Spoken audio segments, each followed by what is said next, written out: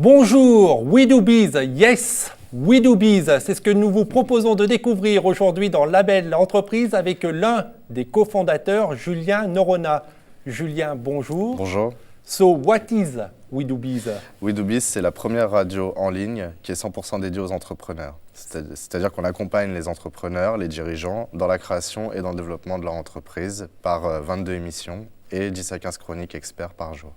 C'est une radio qu'on trouve où? C'est une radio qu'on trouve donc en ligne sur Internet, donc à partir de son ordinateur. Et on a aussi fait en sorte d'être accessible partout où il y a du web. Donc on a une application iPhone, une application Android. On est accessible sur des agrégateurs comme Orange Live Radio, iTunes, partout où il y a de la radio sur Internet.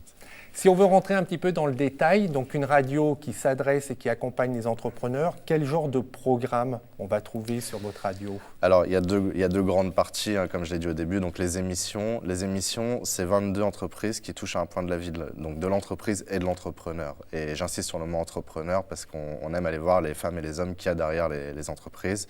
Donc, ça va être des émissions aussi bien thématiques, comme des émissions dédiées aux femmes entrepreneurs, au quartier, au green business. Ça va être des émissions pratico-pratiques où on va prendre le dernier texte de loi ou la dernière actu et on va débattre autour. Et ensuite des émissions où là, donc, sur l'entrepreneur, comme je prends l'exemple du jukebox de ma vie, on se raconte au travers des musiques de sa vie. Entre nous, on est devant une coach et qui va demander pourquoi on a franchi le pas de l'entrepreneuriat. Voilà, donc tout un panel d'émissions comme ça qui vont vous donner du témoignage, qui vont vous donner du retour d'expérience, de l'expertise. Derrière, on pousse plus fort l'expertise et c'est là qu'on passe d'un média à un outil pour les entrepreneurs parce que tous les jours, il y a 10 à 15 chroniques qui là sont pas faites par des journalistes ou des animateurs radio, mais qui sont faites par des professionnels. Donc ces chroniques, il y a une promesse. La promesse, c'est qu'en 3 minutes, on va vous donner un conseil pratique que vous pouvez appliquer demain dans votre métier. Donc c'est comment finaliser une vente en 3 points, comment déclarer ma TVA, quel resto choisir pour un déjeuner d'affaires.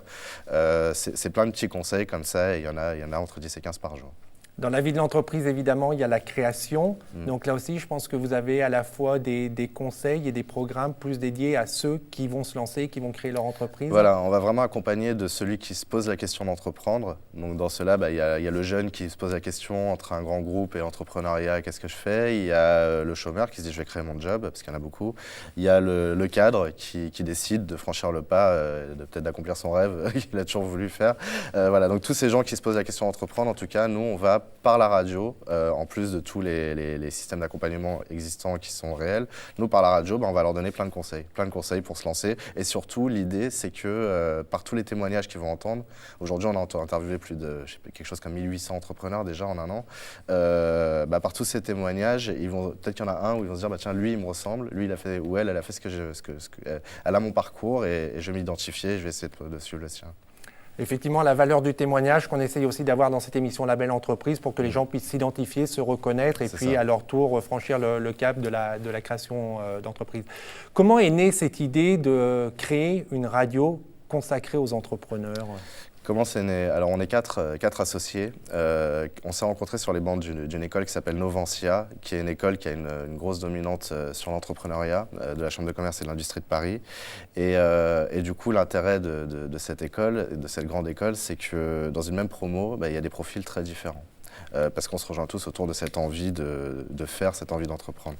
Et finalement, nous, il y a Alexandra Becca qui avait fait on a tous fait nos études en alternance. Donc Alexandra avait travaillé dans son entreprise familiale et a développé tout le service marketing et communication d'une PME qui se développait finalement. Donc elle s'est bien spécialisée dans ces domaines-là. Ensuite, il y a donc Thomas Benzazon qui lui a travaillé d'abord en agence de communication, c'est le créatif de la bande. Et il a fini ses 2 dernières années d'alternance comme bras droit du dirigeant d'une agence de relations presse. Et donc il connaît bien les milieux médias, ce qui nous aide dans notre entreprise. Et Mustapha avait travaillé lui 2 ans aux éditions législatives et en tant que pilote de projet, il a fait développer les 5 sites web des éditions législatives qui sont des actuels pour les RH, experts comptables. Et donc du coup, alors moi j'ai un profil assez entrepreneur. Mes parents étaient des entrepreneurs dans le milieu de la restauration et du dîner spectacle à Paris. Moi j'ai toujours vécu dans cette énergie-là. Et surtout, je me suis énormément investi dans la vie de Novantia. J'ai été président du club entrepreneur de l'école et donc j'avais cette envie d'entreprendre vite. Et donc tous les quatre, on a été mis ensemble sur un projet d'école. en deuxième année d'école. Et qui était directement lié à la radio ou pas du tout? Rien à voir, c'était un projet dans le marketing des services, rien à voir, un projet d'école, comme on peut confier dans une école de commerce. Et finalement, l'équipe a très bien marché. Et donc du coup, on a travaillé ensemble sur tous les projets jusqu'à la fin du master. Et on avait quand même une ambition commune qui était d'entreprendre en sortant de nos études. Donc on s'est dit, on a la chance d'avoir une équipe. C'est peut-être ce qu'il y a de plus dur à trouver quand on monte une entreprise. Donc autant essayer de faire quelque chose ensemble, quoi. De partir des compétences avant d'avoir un projet clair en tête de création d'entreprise. Ouais, c'est ça, c'est qu'on a pris les choses à l'envers. C'est-à-dire qu'il n'y en a pas un qui a eu un projet qui a rassemblé des compétences autour du projet. Nous, on avait des compétences et on s'est dit, qu'est-ce qu'on en fait de ces compétences, quoi. Donc on a plus été chercher dans nos valeurs ce qu'on avait envie de faire, ce qu'on avait envie de promouvoir. Alors oui, on voulait gagner de l'argent, on voulait monter une entreprise, mais derrière, on n'avait pas envie juste de monter une entreprise pour faire du business, parce qu'on a eu des projets business au départ. Mais non, un jour, moi, en écoutant les radios, je me suis rendu compte qu'il y avait des belles émissions sur des grandes radios artiennes, mais c'était juste 1, 2, 3 émissions sur toute la programmation de la radio. De belles émissions sur les entrepreneurs. Oui. Mais sinon, ça parlait finance, 440, grands groupes, économie. Alors c'est très bien, ça m'intéresse. Mais il n'y avait pas une radio dédiée à ceux à qui nous on s'adresse, c'est-à-dire les entrepreneurs et dirigeants. Et donc on a décidé de la créer. Alors au départ, ça s'appelait la REF, Radio des Entrepreneurs de France. C'était très institutionnel. On voulait une fréquence hertzienne. On avait 24 heures de programmation. Enfin, on ne connaissait pas grand-chose finalement au milieu des médias et de la radio. Et c'est pour ça qu'il a fallu un an de travail avant de lancer We Do Biz pour que ce soit ce que c'est aujourd'hui, donc la radio des entrepreneurs. Comment vous avez été accompagné? Alors c'est vrai qu'au départ vous avez une formation, il y a quatre étudiants qui ont 4 compétences plus pointues dans certains domaines, marketing, relationnel. Oui, comment vous avez été accompagné? Comment vous avez fait? Parce que bien que vous ayez cette formation à l'entrepreneuriat, c'est pas toujours évident de se lancer dans la création d'entreprise. Comment vous avez été accompagné? Non, clairement, on est très heureux d'avoir fait Novancia, cette école, qui nous a vraiment bien formés par sa dynamique de projet, parce qu'on fait énormément de projets en plus des cours théoriques. Et ça nous a appris quelque chose, c'est que plus on allait bien s'entourer, plus on allait réussir rapidement. Des fois c'est vrai qu'on se dit finalement je sais tout faire et je peux y aller, mais je pense que c'est une erreur pour qui que ce soit, même pour le plus grand expert dans son domaine. Il y a forcément des domaines dans lesquels on a des manques tout simplement, et pour lesquels il faut s'entourer. Donc nous on a décidé de s'entourer dans les deux points clés de notre business. Le premier, c'est l'entrepreneuriat. L'entrepreneuriat, en fait on a intégré l'incubateur de Novancia, qui est en fait un incubateur qui est ouvert aux entrepreneurs de tout horizon. Et donc, par cet incubateur, on a eu un accompagnement par notre coach, que je remercie encore, qui s'appelle Jules Jean, qui nous a accompagnés 3h30 par mois. Il nous a vus, il nous a coachés pendant les 6 mois d'accompagnement et il nous a poussés dans nos retranchements pour que le projet soit le plus viable et le plus... parce que finalement, pour ne pas avoir voulu monter un projet business, on était peut-être trop dans le pas business, et il fallait y revenir parce qu'on était une entreprise. Donc du coup, viable. Voilà, faut que ce soit viable, il faut qu'on en vive. Donc du coup, lui, il nous a vraiment accompagnés sur ce chemin-là. Ensuite, il y a eu des... Alors juste en 2 mots, vous pouvez nous rappeler le principe de l'incubation? Alors l'incubation, c'est 6 mois. 6 mois pendant lesquels un chef d'entreprise va vous accompagner à raison de 3h30 par mois pour faire des plans d'avancement et pour vous coacher sur votre projet. Voilà, c'est un accompagnement très important. Donc c'est un accompagnement important. En plus de ça, il y a tous les jours des ateliers qui sont faits par des consultants, par des experts, dans tous les domaines de la création d'entreprise. Donc finalement, on pioche par rapport aux compétences qu'on a et aux compétences qui nous manquent, et on va aller chercher les ateliers, les experts qui nous donnent les informations ou qui nous donnent leur expérience. Donc ça, c'est la deuxième étape de We Do Biz. La première, c'est une bonne formation à l'entrepreneuriat. Deuxième étape, un incubateur. Troisième étape qui a été en parallèle de l'incubateur, c'est de découvrir notre métier. Parce que vous n'étiez pas de la radio. On n'était pas de la radio, on n'était pas des médias. Alors on avait une première expérience média parce qu'on a aidé Olivier et Julien Nishimata, qui sont les fondateurs du magazine Dynamique Entrepreneuriale. On les a aidés à la création d'un des numéros de leur magazine. Donc du coup, c'est une expérience qui nous avait bien plu parce qu'on avait créé le magazine dans son ensemble avec eux. Mais ça ne suffisait pas pour créer un média. Donc du coup, on s'est entouré. Je reviens sur ce besoin d'être entouré. On s'est entouré de gens qui étaient, eux, des experts du métier de la radio ou au moins des médias.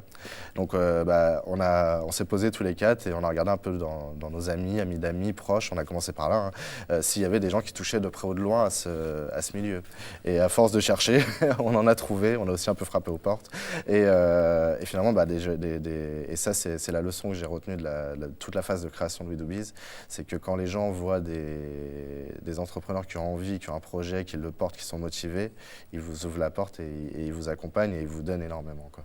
Et ça a été magnifique pendant toute la phase de création. Et donc, dans ces milieux médias, on a trouvé plein de gens comme ça qui sont devenus on appelle un peu comme ça notre comité des sages, qui sont des gens à qui on peut envoyer un mail, on peut poser une question si on se demande si on va dans le bon chemin et qui nous disent, qui nous donnent en tout cas eux leur expérience. Donc ça, c'était les milieux médias. Et ensuite, il y a aussi les réseaux d'accompagnement d'entrepreneurs. Il y a des réseaux comme le mouvement pour les jeunes et les étudiants entrepreneurs, le MoveJ, qui est porté par Dominique Restino, qui sont des mouvements qui accompagnent les jeunes.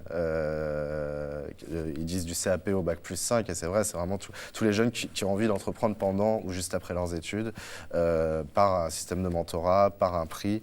Et nous, on a participé à tout ça et ça nous a aussi permis d'ouvrir nos réseaux et donc de faire connaître We Do Biz. Aujourd'hui, We Do Biz en est où? Vous êtes toujours à l'incubateur? Vous êtes où? Non, alors on a quitté l'incubateur. Il y a eu un an de phase de création. Donc il y a eu 6 mois d'incubateur. On a eu la chance d'être sélectionné par la région Île-de-France dans le cadre de l'école régionale des projets. Du coup, la région nous a financé un accompagnement supplémentaire par l'incubateur de Novensia. Donc on a pu rester plus longtemps et ça nous a permis, parce on sortait de l'école, on avait plein de belles expériences, mais on voulait pas lancer une web radio. On voulait lancer une radio sur Internet, c'est-à-dire lancer un nouveau média. Et du coup, pour ça, on voulait que ce soit quelque chose de vraiment professionnel. Et c'est pour ça qu'on a pris ce temps-là pour le lancer. Et ce soutien de la région nous a été utile. Et à la fin, parce que l'incubateur, c'est bien, mais on n'a pas nos locaux. Et nous, on est une radio, donc il fallait qu'on puisse enregistrer. Alors au début, on enregistrait dans les anciens bureaux d'un de mes associés, un peu devant Novensia, parce qu'ils nous prêtaient des salles. Ils nous ont beaucoup soutenus aussi. Et du coup, il fallait qu'on aille trouver des locaux. Et là, on s'est tourné tout naturellement vers la pépinière de Paris-Soleillet, qui est une pépinière de la Chambre de commerce et de l'industrie de Paris aussi, décidément, qui nous a vraiment accompagnés jusqu'à encore aujourd'hui. Et donc, on a passé le jury de la pépinière qui a cru au projet. Et du coup, on fait partie des 50 heureux élus qui sont hébergés par la pépinière de Paris-Soleillet. Et là, on a nos locaux avec notre studio et on a une entreprise, quoi.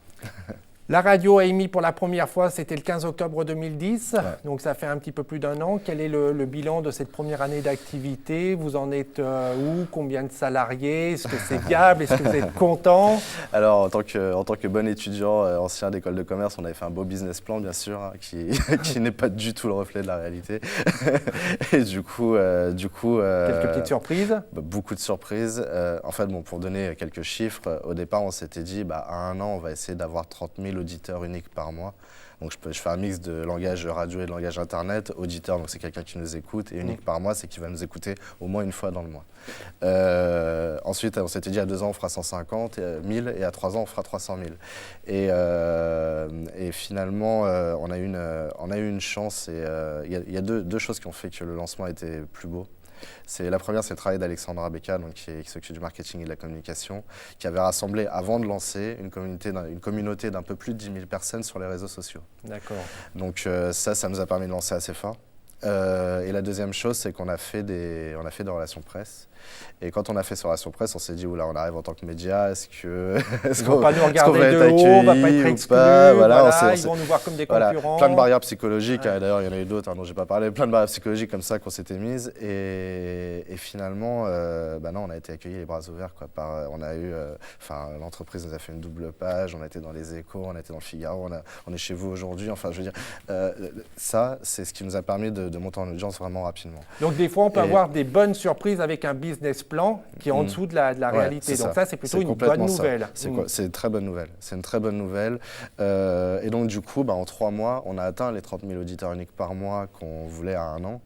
Et en septembre dernier, on s'est rendu compte qu'on avait fait plus de 45 000 et en octobre, on a dépassé les 50 000 et là, c'est en train de monter tous les mois. Donc du coup, il y a une émulation qui se crée en termes d'audience. Et là où je suis content aussi, c'est que l'audience n'est pas que parisienne. Alors bien sûr, 40% de l'audience est à Paris, mais on a 50% qui est en région et une surprise aussi, encore une. En janvier, on s'est rendu compte qu'on avait 10% de notre audience qui était à l'international, qui était composé aussi bien des locaux, c'est-à-dire dans les pays francophones, que des expatriés français à l'étranger. Donc voilà, tout ça, ça a été des surprises, et des bonnes surprises. Félicitations. Moi, je rajoute juste que, au-delà, derrière la création d'entreprise, il y a création d'emplois, qu'aujourd'hui, vous êtes 2 salariés que le but, c'est de développer les programmes et de créer des emplois. C'est développer, on a trouvé nos business models. Aujourd'hui, on a une clientèle sur chacun de nos modèles économiques, aussi bien la publicité que les chroniques experts, que la radio en marque blanche, parce qu'on monte des radios pour des entreprises et institutions qui veulent développer leur radio. Donc développer tout ça pour recruter, parce que la région, quand elle nous a fait confiance, c'était dans une perspective de potentiel d'employabilité. Donc là, à peine un an, on avait déjà 2 salariés, donc on est assez fiers de ça. Et bien sûr, l'idée, c'est de développer par des journalistes, par des commerciaux, créer une entreprise structurée et que Widobiz devienne un grand média. Julien, merci, bravo. Je vous souhaite plein d'auditeurs pour cette radio. Et si vous voulez rejoindre la communauté des auditeurs de Widobiz, vous allez sur Internet www.widobiz.com. Pour revoir cette émission, c'est www.demain.fr. On se retrouve la semaine prochaine pour une nouvelle émission La Belle Entreprise. En attendant que le souffle de la création et que l'esprit de demain vous accompagne. Au revoir.